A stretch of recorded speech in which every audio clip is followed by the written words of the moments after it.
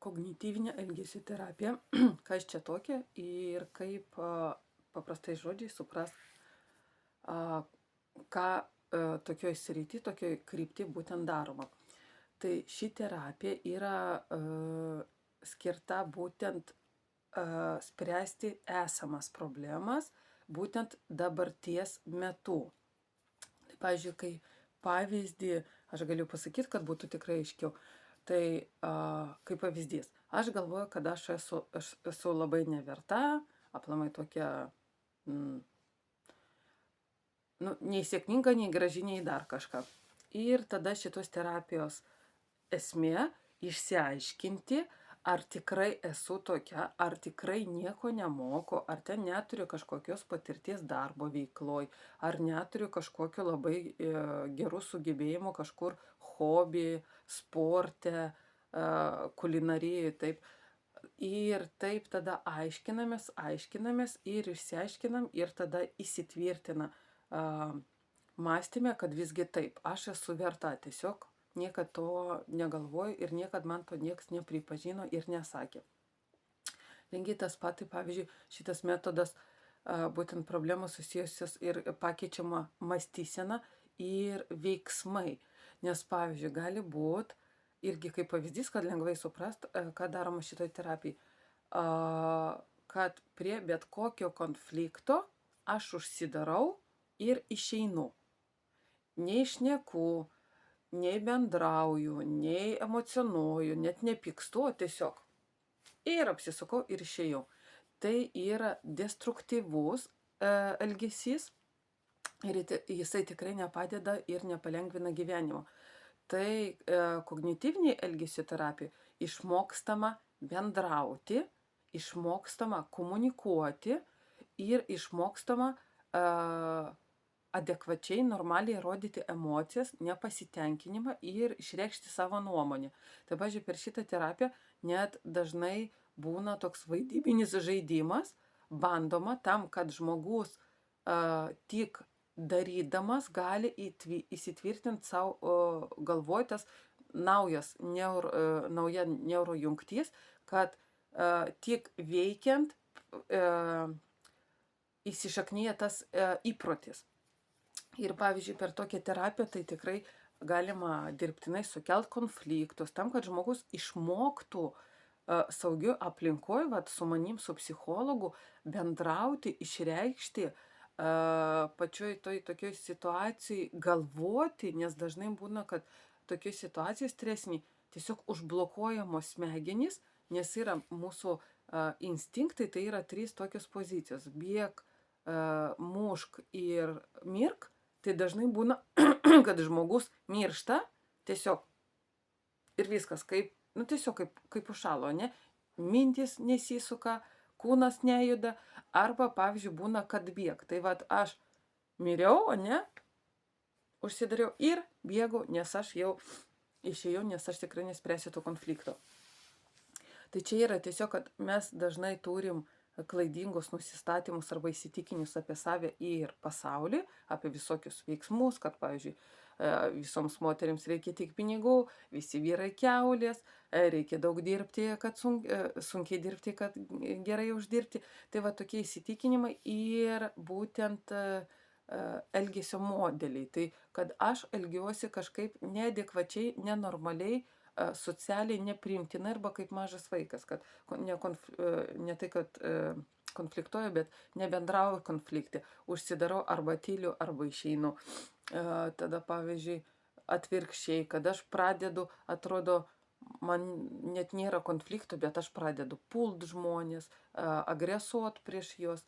Tai kiekvienas toks elgesio modelis, jisai tikrai iš kažkur paimtas, vaikas su savo vaikišku mąstymu priėmė sprendimą taip elgtis, nes toj situacijai, kai jisai buvo mažas, jam jį padėjo.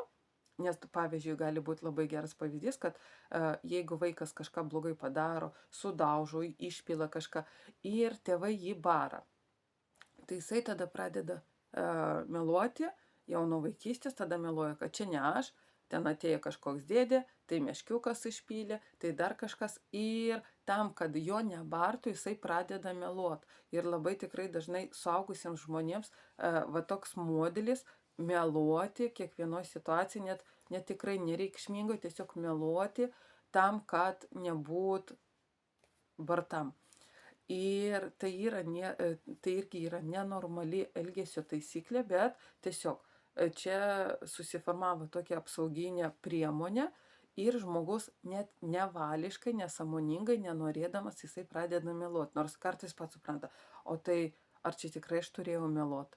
Pavyzdžiui, meluot arba net nesakyti iš anksto, gali būt, pavyzdžiui, sutuoktiniai, kad moteris jau nupirko bilietus ten kažkur eis su draugėm arba su draugė kažkur į teatrą ir jinai bijo jam pasakyt, kad arba net bijojo paklausti, ar mes tikrai ten neturim planų ir jau tą dieną arba ten prieš dieną, nu tai aš rytoj išeinu ten į tą renginį kažkokį ir tada toks sutuoktinis nesuprantu, o tai kur aš, kodėl tu niekad nesakei, aš jau galvoju irgi, kad planų turėsim, visgi savaitgalis ir va tas melavimas tikrai labai įsišaknyja, bet čia yra nuo vaikystės, nes yra auklėjimas dažnai toks autoritarinis, su barimais, su kartais dar ir sumušimais, ane, bet pavyzdžiui, kad vaikas savį taip apsaugo ir taip nešami tie modeliai į suaugusį gyvenimą.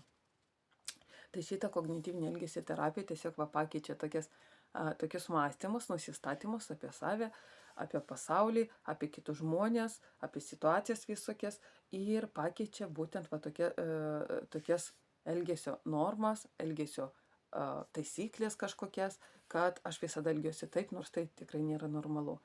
Tai kam verta? Tikrai visiems verta, jeigu jūs norit suprast savo ir kitų elgesį, būtent stengti suprast empatiją, suvokimą padidint, kad kodėl žmogus taip galėjo pasielgti. Tada išmokti komunikuoti ir bendrauti, susidorot su baimėm, su kažkokiom tokiom sunkiom situacijom, kad tose situacijose nepasimest ir neužsidaryt ir nebėgti. Tai dar irgi kartu savivertė automatiškai pradirbama, nes jeigu, pavyzdžiui, jūs turit nusistatymus kažkokius tai apie save, tai jūs juos pradirbsit ir jūs jau matysit savo tikrai vertę. Tai pirmas dalykas irgi kaip savivertė. Taip, ir tada, kai jūs išmoksit, pavyzdžiui, irgi ir mąstyt, ir elgtis adekvačiai, sąmoningai, nebijant ir neįsitempėt, tai automatiškai jūsų kūnas atpalaiduoja. Kai jūsų kūnas atpalaiduoja, tai kraujas labiau plūsta į smegenis, tada suaktyvėja jūsų smegenų veikla, atmintis pagerėja. Tada irgi lygų mažiau, nes visos lygos būna būtent nuo tų stresinių situacijų, kad jeigu aš įsitempiu, tai dažniausiai mano kvėpavimas sustoja, dažniausiai dar susiriečia, tada visi vidaus organai jie susispaudžia, suspaudžiam, nuleidžiam ir automatiškai labai daug problemų atsiranda. Tai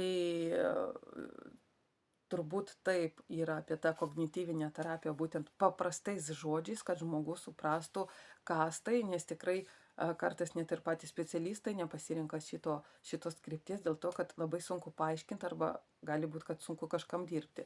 Tai nebijokit, tikrai eikit į kognityvinę, nėra nieko baisaus, bet tikrai yra šaunu, kai jūs tiesiog pakeičiat savo gyvenimą ir einat per gyvenimą lengvai.